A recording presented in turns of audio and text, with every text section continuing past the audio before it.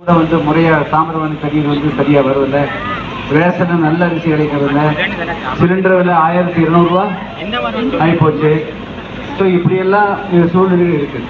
இதெல்லாம் மாறணும்னு சொன்னால் நாம் இந்த முறை ஒரு ஓட்டு கூட மாறாமல் நம்முடைய கிளைச்சர்கள் அதிமுக, புதிய தமிழகம், தேமுதிக எல்லாரும் ஒன்று சேர்ந்து வீடு வீடாக நான் ஓட்டு சேகரிக்க மாட்டேன். நம்முடைய தாய்மார் எத்தனையோ தெரிஞ்சிங்கன்னா எனக்கு 98 99 தான் ஓட்டு கேட்டு வந்தீங்க. மீண்டும் நீங்கள் எல்லாம் வீடு வீடாக போய் பக்கத்து கிராமத்துக்கு கேட்டு எல்லாருக்குமே ஒரு சேர ஒட்டுமொத்தமாக இங்கே 1100 ஓட்டுனா 1100 ஓட்டும் எட்டேரி கிடைக்கக்கூடிய அளவுக்கு நீங்கள் வாக்களிக்கணும்.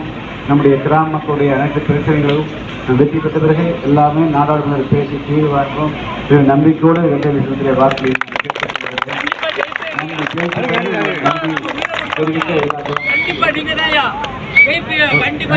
வருவேன். நன்றி, வணக்கம்.